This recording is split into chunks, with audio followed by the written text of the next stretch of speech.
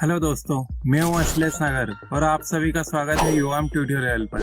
आने वाले कुछ दिनों में बहुत सारी गवर्नमेंट वैकेंसी आ रही है और हम यहां पर उनके सिलेबस के अकॉर्डिंग हर टॉपिक कवर करेंगे। इस सफलता के सफर में हम आपके साथ हैं और इस अवसर को हम मिलकर बेहतर बनाएंगे। तो स्वस्थ रहे, स्मार्ट स्टडी करें और हमारे साथ जुड़े रहे। जिन लोगों ने अभी तक चैनल को सब्सक्राइब नहीं किया है वो सब्सक्राइब जरूर कर ले और बेल आइकन पर क्लिक करना ना भूलें ताकि हमारे आने वाले हर वीडियो का अपडेट आपको मिलता रहे और आप उन्हें मिस ना करें। चलिए अब आगे बढ़ते हैं। हेलो दोस्तों, आज हम लाभ और हानि के सवाल व इनके कॉन्सेप्ट समझेंगे। फर्स्ट क्वेश्चन क्या है? यदि लागत मूल्य और विक्रय मूल्य का अनुपात 8:9 है तो लाभ हानि प्रतिशत ज्ञात करें। If ratio of cost to price and selling price is 8:9, find profit loss percentage. अब हमें यहाँ पर जो कॉस्ट प्राइस है और सेलिंग प्राइस है उसका रेशियो हमें 8:9 दे रखा है। तो हमें यहाँ पर लाभ या हानि प्रतिशत ज्ञात करना है। अब यहाँ पर हमारा क्रय मूल्य 8 है और विक्रय मूल्य 9 है, मतलब हम क्रय 8 में खरीदते हैं और बेच रहे हैं 9 में, तो हमें यहाँ पर 1 का फायदा होगा, मतलब यहाँ पर प्रॉफिट हो रहा है। तो हम 1 का प्रॉफिट निकालेंगे किस पर? क्रय मूल्य पर। तो 1/8 इंटू 100 करेंगे। इसको सोल्व करते हैं। 4 से भाग दिया, यह जाएगा 2 बार, यह जाता है 25 बार। तो यहाँ पर आता है 25/2 या 12 से ही 1/2 प्रतिशत। ये हमारा आंसर हो जाएगा। तो जो उसका लाभ प्रतिशत होगा वह 12 से ही 1/2 प्रतिशत होगा। अगला क्वेश्चन क्या है? यदि विक्रय मूल्य लागत मूल्य का 5/4 है तो लाभ प्रतिशत ज्ञात करें। If selling price is 5/4 of cost price, find profit percentage. अब यहाँ पर जो विक्रय मूल्य है वह क्रय मूल्य का 5/4 है, लागत मूल्य का 5/4 है। तो हम यहाँ पर सेलिंग प्राइस विक्रय मूल्य बराबर 5/4 करेंगे हम क्रय मूल्य का कॉस्ट प्राइस। अब कॉस्ट प्राइस को हम इस साइड लेकर आएंगे, तो यहाँ पर आता है सेलिंग प्राइस अपान में कॉस्ट प्राइस इक्वल टू 5/4। तो जो यहाँ पर विक्रय मूल्य और क्रय मूल्य का रेशियो है वो 5:4 में आता है। अब हमारा क्रय मूल्य का रेशियो कितना है? 4 है और विक्रय मूल्य 5 है। अब यहाँ पर 1 का प्रॉफिट होता है। 1 का प्रॉफिट होगा किस पर? क्रय मूल्य पर। क्रय मूल्य कितना है? 4, तो 1/4 प्रतिशत के लिए 100 को मल्टीप्लाई करेंगे। 4 से भाग दिया हमने, यह जाएगा 25 बार, तो यहाँ पर आएगा 25%। तो जो हमारा प्रॉफिट परसेंटेज रहेगा, लाभ प्रतिशत, वो 25% रहेगा, हमारा आंसर होगा। थर्ड क्वेश्चन क्या है? यदि लाभ की गणना विक्रय मूल्य पर की जाए तो लाभ प्रतिशत 20% है। मूल लाभ प्रतिशत क्या है? If profit calculated on selling price then profit percentage 20%। What is original profit percentage? अब हमें यहाँ पर जो लाभ प्रतिशत दिया हुआ है यह विक्रय मूल्य पर निकाला गया है। अब हम 20% को फ्रैक्शन में कन्वर्ट करेंगे। यहाँ फ्रैक्शन में क्या हुआ? 1/5। अब जो यह 1 है ये हमारा प्रॉफिट रहेगा, लाभ हो जाएगा, और जो हर में 5 दिया हुआ है ये यहाँ पर हमारा विक्रय मूल्य रहेगा, सेलिंग प्राइस रहेगी, क्योंकि हमने यहाँ पर लाभ की गणना विक्रय मूल्य पर की है, सेलिंग प्राइस पर की है। अब हम जानते हैं कि सेलिंग प्राइस इक्वल टू होता है कॉस्ट प्राइस प्लस प्रॉफिट। अब यहाँ पर सेलिंग प्राइस का रेशियो कितना है? 5 है, हम 5 लिखेंगे बराबर कॉस्ट प्राइस प्लस प्रॉफिट का रेशियो कितना है? 1 है, तो यहाँ पर 1 लिखेंगे। तो यहाँ से हमारी कॉस्ट प्राइस कितनी आती है?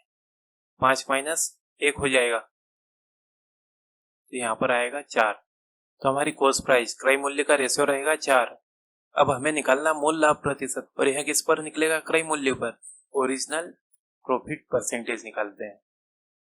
1 का लाभ होता है हमें, किस पर होगा? क्रय मूल्य 4 पर, इंटू 100 करेंगे। 4 से भाग देंगे 100 को, यहाँ पर आता है 25। तो हमारा ओरिजिनल लाभ प्रतिशत कितना हुआ? 25%। ये हमारा आंसर हो जाएगा। अब अगला क्वेश्चन देखते हैं। क्या दिया हुआ है? यदि हानि प्रतिशत की गणना विक्रय मूल्य पर की जाए तो हानि प्रतिशत 10% है। मूल हानि प्रतिशत क्या है? If loss percentage is calculated on selling price then loss percentage is 10%। What is original loss percentage? अब यहाँ पर हमें हानि प्रतिशत 10% दिया हुआ है। हम 10% को पहले फ्रैक्शन में कन्वर्ट करेंगे तो यहाँ हो जाता है 1/10। अब जो यहाँ पर 1 रहेगा ये हमारा लॉस होगा, हानि हो जाएगी। और ये हानि हमने किस पर निकाली है? विक्रय मूल्य पर। तो जो ये 10 रहेगा ये हमारा विक्रय मूल्य रहेगा, सेलिंग प्राइस। अब हमें पता है कि जो एसपी बराबर होता है वो कॉस्ट प्राइस माइनस लॉस होगा। विक्रय मूल्य बराबर क्रय मूल्य माइनस हानि। अब यहाँ पर विक्रय मूल्य कितना है? 10 है और क्रय मूल्य हमें निकालना है। लॉस कितना है? 1 के रेशियो में, तो -1 करेंगे। तो यहाँ से हमारे क्रय मूल्य कितना आएगा? कॉस्ट प्राइस 10 + 1 तो हो जाता है 11। अब हमें मूल हानि प्रतिशत निकालना है और यह किस पर निकलता है? क्रय मूल्य पर, ओरिजिनल लॉस परसेंटेज। अब हमारे पास लॉस कितने का हुआ है? 1 का हुआ। किस पर होगा? क्रय मूल्य पर। क्रय मूल्य कितना है? 11 इंटू 100 करेंगे। इसको सोल्व करेंगे तो यहाँ पर आता है 9 से ही 1/11%। ये हमारा आंसर होगा। अब अगला क्वेश्चन देखते हैं क्या दिया हुआ है। एक व्यक्ति को 1045 रुपए का मोबाइल बेचने पर 5% का नुकसान होता है। 5% का लाभ पाने के लिए उसे किस कीमत पर मोबाइल बेचना चाहिए? By selling A mobile is ₹1045, a man lost 5%. At what price should he sell the mobile to gain 5%? अब इसे सोल्व करने के लिए हम क्रय मूल्य कॉस्ट प्राइस को 100% मानेंगे। ये हमारा 100% हो गया क्रय मूल्य। और वह क्या कहता है कि 1045 में बेचने पर उसे 5% का नुकसान होता है, तो उसने 95% में उसको बेचा होगा। उसके बाद वह कहता है कि उसे 5% का लाभ पाने के लिए किस कीमत पर बेचना चाहिए, मतलब उसे 5% का प्रॉफिट चाहिए, तो वह उसे 105% में बेचेगा।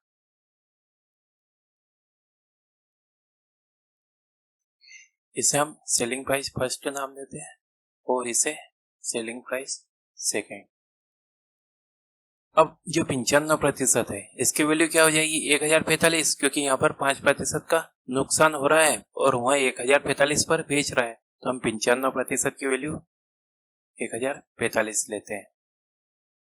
अब यहाँ से 1% की वैल्यू क्या आई है? 1045 अपान में 95, 5 से भाग देते हैं, यह जाएगा 19 बार, यह जाता 5 दूनी 10, 0 209 आता है, 19 से भाग देते हैं, यहाँ पर आता है 11, तो 1% की वैल्यू हमारे पास 11 आ जाती है। अब हमें निकालना क्या है? 105% की वैल्यू, क्योंकि वह 5% का प्रॉफिट प्राप्त करने के बाद मोबाइल को 105% में बेचेगा, तो हम 105% की वैल्यू निकालेंगे। ये हमारी एसपी सेकेंड हो जाएगी। तो क्या करेंगे? 105 इंटू 11 कर देते हैं, तो यहाँ से आता है 11 पंजे 55 और 11 एकम 11, ये हमारा आंसर आ जाता है। तो हम मोबाइल को बाद में 1155 रुपये में बेचेगा। अगला क्वेश्चन देखते हैं क्या दिया हुआ है। एक आदमी को एक पेंटू को 1920 रुपये में बेचने पर 20% की हानि हुई। यदि वह उसे 2520 रुपये में बेचता तो उसे कितने प्रतिशत का लाभ या हानि होती? A man suffered a loss of 20% by selling a paint for ₹1920. What percent of profit or loss would he have made if he had sold it for ₹2520? अब हम यहाँ पर जो क्रय मूल्य है कॉस्ट प्राइस उसको 100% मानते हैं और वहाँ क्या कहता है कि 1920 रुपये में बेचता है तो 20% की हानि हुई, मतलब जो उसकी सेलिंग प्राइस फर्स्ट रहेगी वह कितनी हो जाएगी? 100 माइनस 20% करेंगे क्योंकि इतने कम में बेचता है, तो हो जाएगी 80%। अब यहाँ पर 80% की वैल्यू 1920 दे रखी है क्योंकि वह इतने में बेचता है। अब यहाँ पर 80% की वैल्यू 1920 है, यह 1920 की वैल्यू 80% है और हमें निकालना 2520 की, तो यहाँ से हमें 1 की वैल्यू लेंगे कितना आएगा? 80% अपान में 1920 और हमें 2520 की वैल्यू निकालना है, तो हम 2520 का गुणा कर देंगे, तो कितना आएगा? 2520 की वैल्यू हो जाएगी 80% बटे 1920 इंटू 2520। इसको सोल्व करते हैं, 0 0 कैंसिल आउट कर देते हैं, 8 से भाग देते हैं, यहाँ पर आता है 10%, यहाँ पर आएगा 8 दूनी 16, बचा 3, 8 चौक 32। 12 से भाग देते हैं, यहाँ 12 दूनी 24, यहाँ पर 12 दूनी 24, बचा 1, 12 एकम 12। 2 से भाग देंगे तो यहाँ पर आएगा 5%, तो 5% इंटू 21 करेंगे तो यहाँ पर आता है 105%। ये हमारी सेलिंग प्राइस सेकंड हो जाएगी। अब उसने पूछा है उसे कितने प्रतिशत की लाभ या हानि होगी। अब हमने क्रय मूल्य को 100% माना है और हमारी सेलिंग प्राइस कितनी आई है 105%। तो अब ये सेलिंग प्राइस 5% ज्यादा है, यहाँ पर हमारा प्रॉफिट रहेगा, तो प्रॉफिट परसेंटेज क्या होगा 105% माइनस 100% करेंगे तो यहाँ पर हमारा प्रॉफिट आ जाता है 5%। ये हमारा लाभ प्रतिशत होगा, ये आंसर हो जाएगा। ठीक है दोस्तों, आज का सेशन यहीं समाप्त करते हैं। यह वीडियो आपको कैसा लगा हमें कमेंट करके जरूर बताएं और वीडियो को लाइक करना ना भूलें। जिन लोगों ने अभी तक चैनल को सब्सक्राइब नहीं किया है वह सब्सक्राइब जरूर कर लें और बेल आइकन पर क्लिक करना ना भूलें ताकि आने वाले हर वीडियो का अपडेट आपको मिलता है और आप उन्हें मिस ना करें।